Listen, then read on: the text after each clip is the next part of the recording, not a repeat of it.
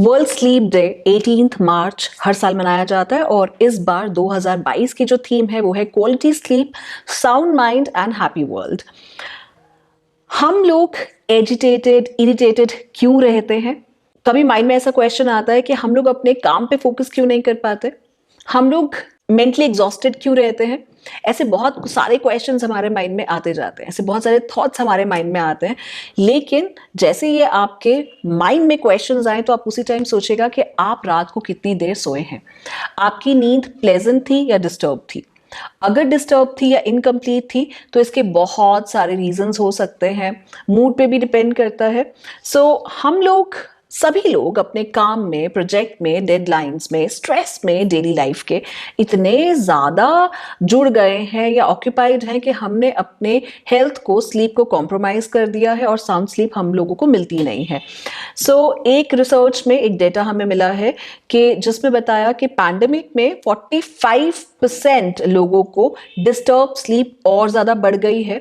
बहुत ज़्यादा sleep disorders अब हो गए हैं, जिसमें से 16% यंग पॉपुलेशन को मेजर डिस्ट्रैक्शन जो है वो मोबाइल फोन्स की वजह से थी और उनके स्लीप आवर्स में वो ज़्यादा मोबाइल यूज़ करते हैं। 72% जो जनता है वो प्रोफेशनल्स थे और उन्होंने एडमिट किया कि उनको डिस्टर्ब स्लीप रहती है। वो 2-3 घंटे ही सिर्फ नींद ले पाते हैं और उसके बाद उनको उठना पड़ता है, चाहे काम की वजह से या जैसे भी आदत बन गई है।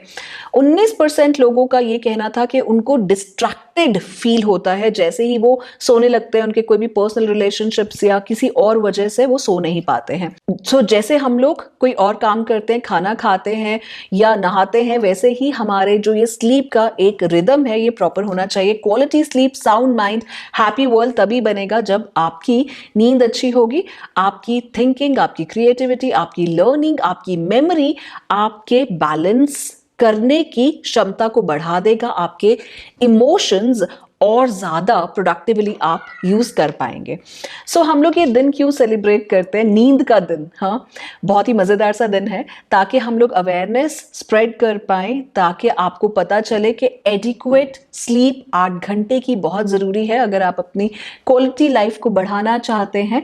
हमें कितने घंटे की नींद चाहिए, चलिए जानते हैं और इस वीडियो के एंड में इन क्वेश्चंस के आंसर ज़रूर देना। हाँ, इन्फेंट्स को जो 0 to 3 मंथ्स है उनको 14 से 17 घंटे की नींद चाहिए। 4 से 11 मंथ के बच्चों को, 1 से या 2 साल तक के बच्चों को 12 से 15 घंटे। प्री स्कूलर जो 3 से 5 साल है 10 से 13 घंटे। स्कूल गोइंग बच्चों को जो 6 से 13 साल के हैं उनको 9 से 11 घंटे और जो टीनेजर्स हैं 14 से 17 साल के बीच में उनको 8 से 10 घंटे की नींद चाहिए। हम लोग ये सो क्यों नहीं पाते? इतना क्या दिक्कत है? हम लोग अगर लेट नाइट एक्सरसाइज करें तो उनको भी दिक्कत आती है। लेट नाइट एक्सरसाइज, कई लोग तो बेटर स्लीप फील करते हैं क्योंकि वो थके हुए होते हैं, लेकिन लेट नाइट स्लीप से एक्टिव हो जाते हैं। एल्कोहल यूज, डिजिटल स्क्रीन का ज़्यादा यूज़ करना, आपके सर्कैडियन रिदम अगर डिस्टर्ब्ड है, आपको पता है बायोलॉजिकल क्लॉक सर्कैडियन रिदम क्या है, लिंक मैंने डाला हुआ है, आप उसको देख लीजिएगा। लेकिन अब चलिए हम लोग स्लीप डिसऑर्डर्स के बारे में बात करते हैं। स्लीप डिसऑर्डर्स, हम लोग आपको बता दें कि ये मेडिकल कंडीशन है, राइट? इम्प्रॉपर स्लीप जब हमें मिलती है तो हम लोगों को क्या क्या होता है, overall health, safety, quality of life, ये सब डिटोरेट हो जाता है। थोड़ी सी तो नींद ना आने की बीमारियां आपको पता ही होगा, सीपैप वगैरह बहुत लोग यूज कर रहे होंगे। Sign and symptoms sleep disorders के आपको सबको पता चल गया है कि एक्सेसिव डे टाइम स्लीपीनेस रहता है, रेगुलर ब्रीदिंग रहती है और इंक्रीज्ड मूवमेंट ड्यूरिंग स्लीपिंग, मतलब हमें नींद आते हुए भी एकदम से हमसे झटक के उठते हैं। अब कॉमन टाइप जो बीमारियां हैं उनके बारे में डिस्कस करते हैं। इंसोम्निया, इंसोम्निया है कि आप कंप्लीट रात को आप उठे हुए रहते हैं, आप बिल्कुल ही नहीं सो पाते हैं। स्लीप एपनिया, जब आप स्लीपिंग के टाइम पर आपको डिफिकल्टी होती है ब्रीदिंग पैटर्न्स में, जहां पर लोग बहुत ज्यादा मेडिकल एड्स भी यूज करते हैं। स्लीप एपनिया के भी बहुत सारे टाइप्स होते हैं। एक रेस्टलेस लेग सिंड्रोम, RLS, जहां मतलब RLS के बहुत सारे पेशेंट्स मेरे पास आते हैं क्लिनिक में।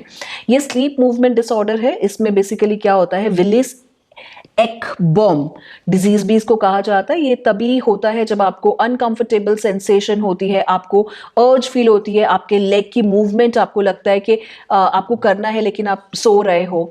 नार्कोलेप्सी, ये भी एक कंडीशन होती है जिसमें बेसिकली बहुत ज़्यादा आपको नींद आती है डे टाइम पे और आप दिन में ही सो जाते हो लेकिन आप रात को नहीं सो पाते हो। सो ये सबसे ज़्यादा जो कॉमन स्लीप डिसऑर्डर हमें देखने को मिलता है वो है ऑब्स्ट्रक्टिव स्लीप एपनिया, OSA भी कहते हैं। आपने अपने आसपास भी लोगों को देखा होगा। सो इस कंडीशन से मेंटल हेल्थ बहुत ज़्यादा खराब होती है। रुक रुक के सांस आता है और आपके बॉडी का ऑक्सीजन लेवल कम हो जाता है। ये बहुत ही एक सीरियस कंडीशन भी बन जाती है। सो अगर आपको ऐसे कोई भी चीज़ डायग्नोज किए हैं या नहीं किए हैं, आपको नहीं पता है, तो स्लीप टेस्ट भी होता है। सो आपके chest, legs, toes, arms, brain, ये सब नर्व मैसेंजर्स फ्लो के साथ कनेक्टेड रहते हैं, तो कैलकुलेट किया जाता है ऑक्सीजन फ्लो आपके डिफरेंट डिफरेंट स्लीप आवर्स के पैटर्न में। सो ऐसे स्लीप टेस्ट होते हैं, वो डॉक्टर्स आपको ज़्यादा अच्छे से बता पाएंगे। तो अगर आपको लगता है कि आपको ऐसा कोई भी डिसऑर्डर फील हो रहा है जो मैंने आपको नेम्स बताए, तो आपको टेस्ट करवा लेना चाहिए। सो अब क्या डाइट में लेना चाहिए वो मेरा स्पेशलिटी है। आप मिल्क ले सकते हैं, मेलाटोनिन होता है, तो उसमें जो भी मेलाटोनिन है वो बेसिकली आपको अच्छी नींद लाने में हेल्प करेगा। ट्रिप्टोफन होता है इसमें, अमाइनो एसिड ऐसा है जो आपको कामिंग इफेक्ट देता है।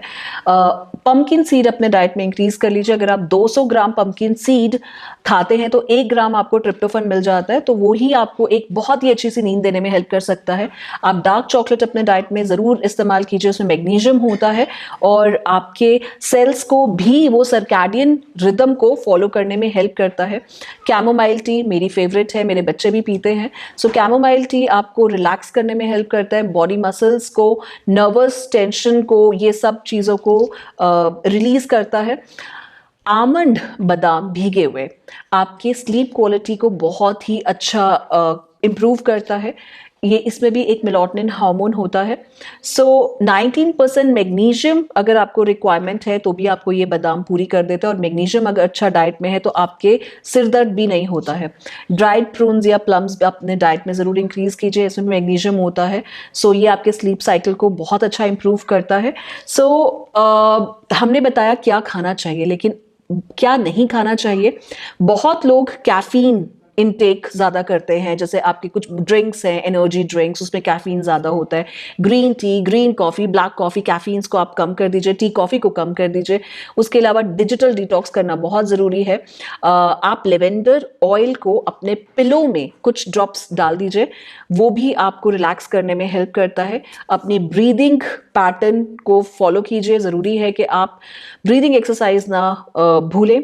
जब आप सोते हैं तो कंफर्टेबल क्लोथिंग्स आपको पहननी चाहिए, टाइट क्लोथ्स नहीं पहनने चाहिए, और आपके रूम में लाइट नहीं होनी चाहिए। डार्क जितना आपका रूम होगा उतना ज़्यादा सर्कैडियन रिदम, यानी कि आपके बॉडी को पता चलेगा ये सोने का टाइम है, तो आप नेचुरली सोएंगे।